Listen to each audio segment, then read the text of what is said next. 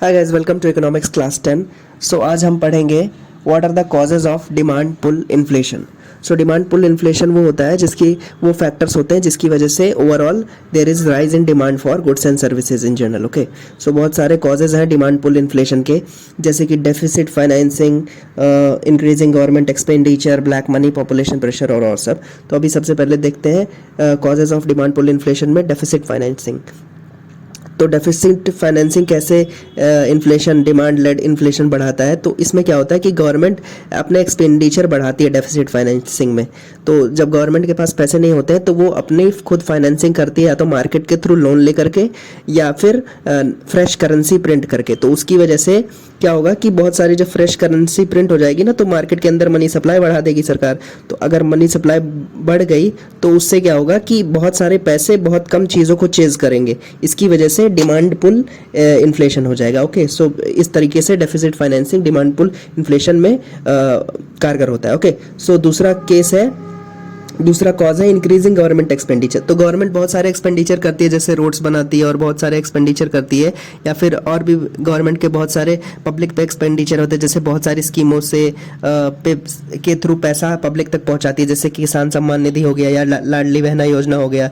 Women और girls को जैसे मंथली कहीं कहीं रेम्यूनरेशन मिलता है, तो उसकी वजह से भी वो डिमांड जनरेट होगी ना, क्योंकि जो उनके पास जो पैसे डिस्ट्रीब्यूट करेगी सरकार लोगों में, किसानों में या और लोगों के पास, या तो सब्सिडी के तौर पे, तो वो पैसे जब वो खर्च करेंगे तो उसकी वजह से भी डिमांड मार्केट के अंदर जनरेट होगी ना। तो उन पैसों की वजह से जो डिमांड बढ़ेगी, एक्स्ट्रा डिमांड, वही डिमांड पुल इन्फ्लेशन का कारण बनेगी। तो ये गवर्नमेंट एक्सपेंडिचर वाला रीजन एक तरीके से होता है। ओके, सो तीसरा रीजन है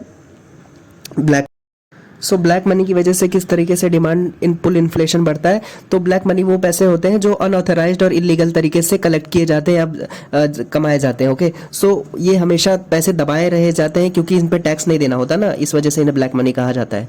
तो ऐसा अनुमान लगाया गया है कि black money close to 50% of India's GDP has been fuelling the demand in the country. Okay, so बहुत सारे तौर तरीकों से लोग पैसे कमाते हैं, इलीगल तरीकों से भी, तो उसकी वजह से भी एक्स्ट्रा डिमांड जनरेट होती है। तो वो ब्लैक मनी लेड जो डिमांड पुल इन्फ्लेशन होता है ना, वो भी डिमांड को फ्यूल करने में एक बहुत अच्छा तरीका होता है। ओके, उसकी वजह से भी डिमांड पुल इन्फ्लेशन होता है ब्लैक मनी की वजह से, जो कि हमें दिखाई नहीं देता। तो चौथा कॉज है पॉपुलेशन प्रेशर। मान लेते हैं किसी एरिया में पहले 1000 लोग रहते थे, अभी कुछ साल बाद वहाँ पे और लोग आ गए, कहीं से 2000 लोग हो गए। तो उसकी वजह से aggregate on an average level आप देखेंगे कि पहले जो 1000 चीज़ें डिमांड होती थी किसी भी एक प्रोडक्ट को, अभी 2000 चीज़ें डिमांड हो गई, क्योंकि लोग आ गए ना। तो इसकी वजह से भी इन्फ्लेशन बढ़ जाएगा, क्योंकि चीज़ें तो हमारे पास सप्लाई लिमिटेड है, लेकिन लोग और ज़्यादा आ गए हैं, तो पॉपुलेशन प्रेशर की वजह से भी ये इन्फ्लेशन देखने को मिल सकता है। पाँचवा रीज़न है फॉरेन एक्सचेंज रिजर्व्स। जब हमारे कंट्री में डोमेस्टिक मनी सप्लाई बढ़ जाएगी तो उसकी वजह से भी इन्फ्लेशन होता है। मान लेते हैं हमारे देश में ज़्यादा से ज़्यादा फॉरेन एक्सचेंज आता है, ओके, इन्वेस्टमेंट आता है, बहुत सारा आता है, तो उसको बैलेंस करने के लिए भारत सरकार अपनी डोमेस्टिक करेंसी भी प्रिंट कराएगी, RBI। ओके, सो जब डोमेस्टिक करेंसी क्रिएट होगी, प्रिंट की जाएगी बैलेंस करने के लिए फॉरेन करेंसी के साथ, तो उसकी वजह से भी जो डोमेस्टिक करेंसी एक्स्ट्रा क्रिएट हुई ना, उसकी वजह से भी इन्फ्लेशन होगा। तो उसे वो भी डिमांड पुल इन्फ्लेशन में एक जरिया है डिमांड पुल इन्फ्लेशन का। ओके, और नेक्स्ट कॉज है जो कर सकता है डिमांड पुल इन्फ्लेशन है इंक्रीज इन वेजेस या इनकम। मान लेते हैं कोई जो लेबरर्स या कोई एम्प्लॉयज थे, पहले 10,000 रुपये महीने कमाते थे, फिर 15,000 हो गए, तो क्या करेंगे, उनकी उस हिसाब से कंजम्पशन बढ़ेगी ना, तो उसकी वजह से भी वो और चीज़ें कंज्यूम करना चाहेंगे, और चीज़ें खरीदना चाहेंगे, उसकी डिमांड वो जनरेट करेंगे, तो उसकी वजह से भी डिमांड पुल इन्फ्लेशन हो सकता है। ओके, सो अभी हम जानेंगे what are the causes of cost push inflation.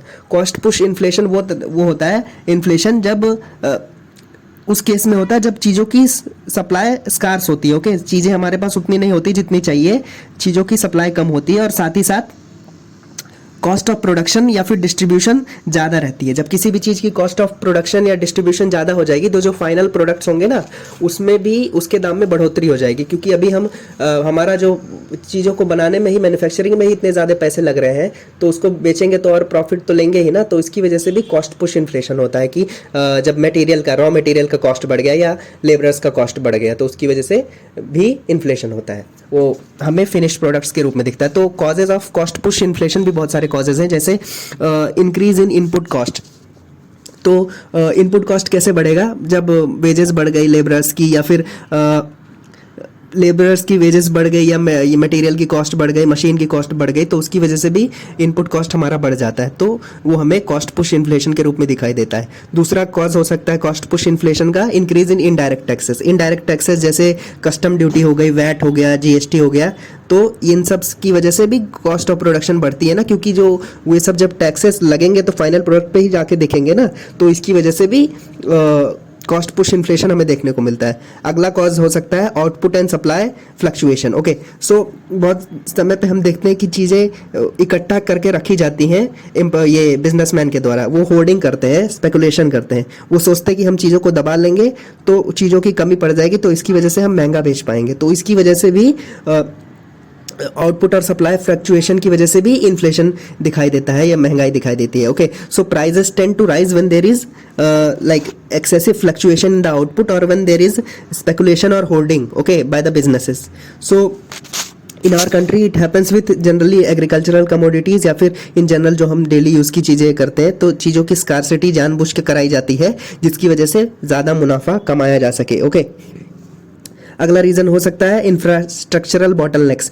इसमें क्या होता है कि जैसे कि बहुत सारे एरिया में प्रॉपर इलेक्ट्रिसिटी, ट्रांसपोर्टेशन या रोड अच्छे से नहीं बने हैं, तो उसकी वजह से भी आप जो चीज़ें मान लेते हैं फार्म से या एग्रीकल्चर लैंड से, अगर आपको शहर तक कोई चीज़ें पहुंचानी है और वहाँ पे आपके पास जहाँ से पहुंचानी है वहाँ पे इलेक्ट्रिसिटी का प्रॉपर बंदोबस्त नहीं है, ट्रांसपोर्टेशन अच्छा नहीं है या रोड्स अच्छे नहीं है, तो उसकी वजह से भी फ्यूल का कॉस्ट और लेबर का कॉस्ट और ज़्यादा कॉस्ट लगेगा ना। इसके बजाय अगर आपके पास हाईवे होती, अच्छी मशीनरी होती, पावर का प्रॉपर सप्लाई होता है, एफिशिएंट सप्लाई, तो अब क्या होता कि और सस्ते में आप काम निपटा सकते थे। ओके, लेकिन यहाँ पे हम देखते हैं कि there is shortage of power या फिर ट्रांसपोर्टेशन कॉस्ट, तो इसकी वजह से per unit cost of production हमारी बढ़ जाती है। कोई भी चीज़, आप कोई आइटम प्रोड्यूस करते हैं ना, और उसको प्रोड्यूस करने से लेकर के कस्टमर तक पहुंचाने तक, जो बायर है, एक्चुअल कंज्यूमर है, पहुंचाने तक उसका दाम बढ़ जाता है, क्योंकि आपके जो प्रोडक्शन में ही प्रॉपर आपकी फैसिलिटीज़ अवेलेबल नहीं थी, ट्रांसपोर्टेशन नहीं था, वेयर हाउसिंग नहीं थी, उसकी वजह से ज़्यादा आपका कॉस्ट बढ़ गया। तो इंफ्रास्ट्रक्चरल बॉटलनेक्स की वजह से भी जो इन्फ्लेशन होता है वो कॉस्ट पुश इन्फ्लेशन कहलाता है, तो ये भी एक कॉज है। और अगला एक और कॉज हो सकता है जिसकी वजह से कॉस्ट पुश इन्फ्लेशन हो जाए, वो है increase in import prices.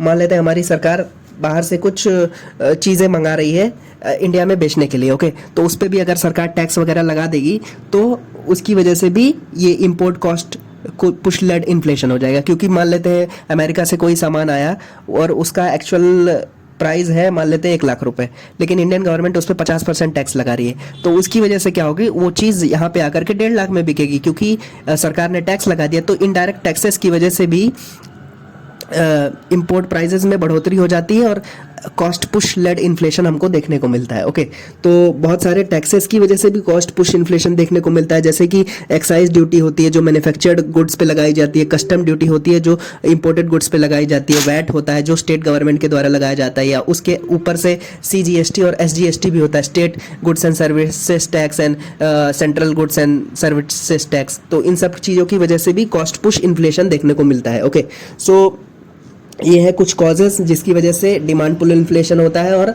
Cost push inflation होता है। I hope you understood it. Thank you so much for watching. Bye bye.